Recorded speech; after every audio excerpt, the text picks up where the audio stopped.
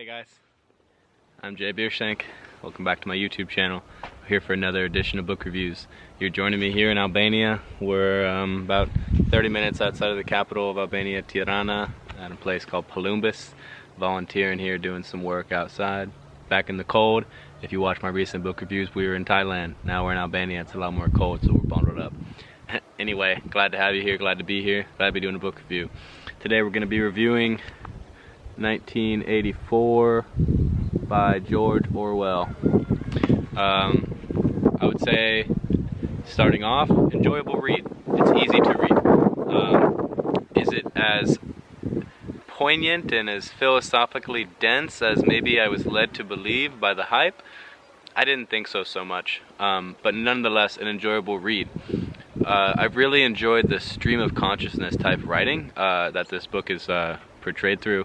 You get it through the perspective of Winston. He's a guy, he's a worker in society, and you get his perspective and his life, you know, in a couple weeks, or I think, yeah, maybe a couple months.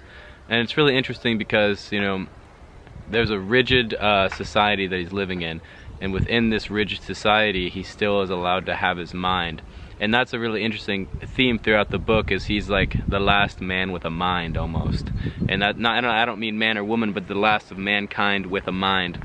And that's really interesting, and I really was, you know, kept coming back to that idea that, like, everything on the outside is rigid and structured, and everything on the inside of these people is also rigid and structured, but you're in the mind of the last free-willed thinking man, which is interesting. He meets a woman, and that's basically what the whole book is about, is his experience with this woman. The whole book kind of leads up to one climax, or two maybe. Like, I felt like the first climax is when he gets to read this this sacred book, or this propagandic book that's like the Enlightenment book or something. And I felt like the whole kind of structuring of the story led up to that point, and once you read the book, it just like he just dishes out to you everything that he's trying to make a point of. So reading the book is really interesting, and when you get the perspective of the everlasting war and the perspective of the class system that they have going, it's interesting, but I wouldn't say that it's like something that really gets you thinking that much. Like, I've read other books that were maybe more interesting and even portrayed like this kind of dystopian future in a better way. There's a book review I did for a story, The Story of B. I'll put a link to that if I can on this.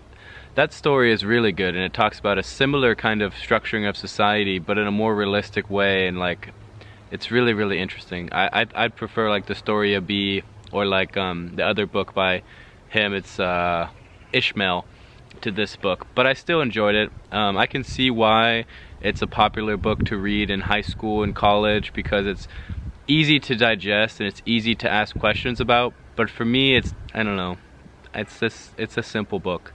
The idea towards the end about when you capture a prisoner, or you capture like an enemy, before you kill them, you want to basically completely convert them over to your side so that they believe and are with your cause, so you're not like making a martyr for their own cause.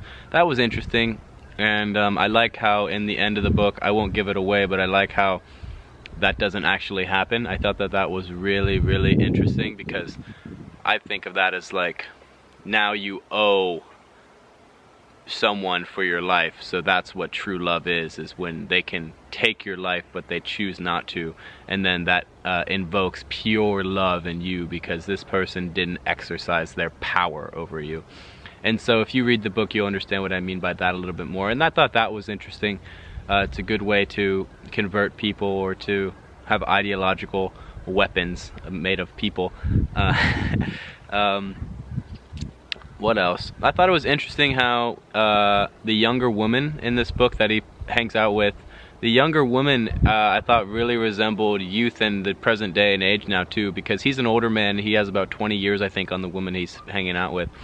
And he's like trying to tell her about, you know, these different things that have been happening in society, about how they're changing history and everything, and she basically says, listen, it doesn't affect me. I don't care that all this propaganda is happening and all that this treachery and lies are happening, because I can do what I want in my life.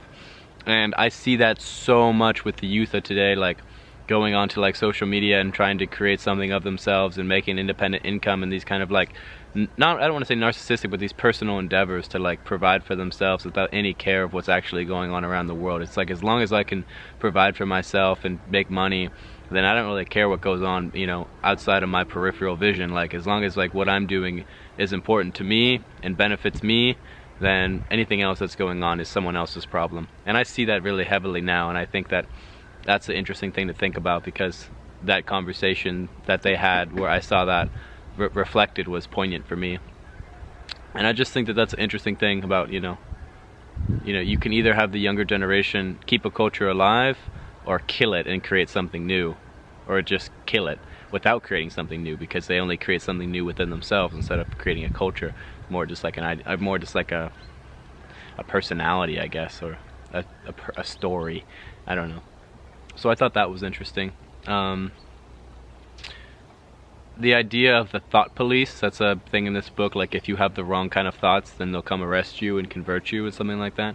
I think that's a cool, interesting metaphor. You can almost think about as just being like public opinion today, in today's day and age.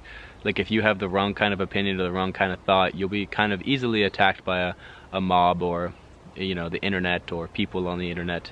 Not attacked physically necessarily, maybe, but like, you see that with American politics a lot. American politics have gotten really hostile in the past few years, and like with a lot of like social justice warriors and like feminist rights and like LGBTQ stuff. I've been in rooms where I have a perspective that I want to express and just talk about, you know, and I'll be attacked for that viciously just because it's differing from what you're supposed to be thinking about it. Like, if you don't think that everything is perfect and you should accept everything, and just everybody is equal and blah blah blah, like, and on the surface that sounds good, but you can also dig deeper and you can, you know, you can talk about things. But I feel like in the day and age we live now, it's not so easy and not so simple. People don't want to talk about things. They just want to have these surface level opinions, and if you look what's underneath them, then you're going to get attacked, because what's underneath them doesn't matter. As long as what you show, what your face value is, matches my face value, then we're equal and we can be partners. But if you have something deeper and you want to talk about that maybe obstructs my face value, then we're gonna just wipe you clean. So I see that a lot too, and I thought that was a good metaphor for the thought police. And so anyway, oh no, I'd give the book maybe a 7 out of 10.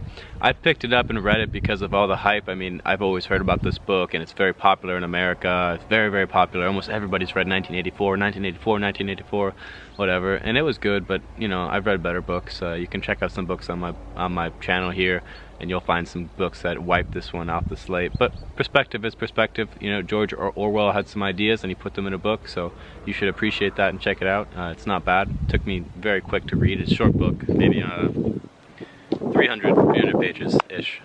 So yeah, I'd give it a 7 out of 10, but I'd recommend to read it just for the cultural significance of being able to talk about it to people.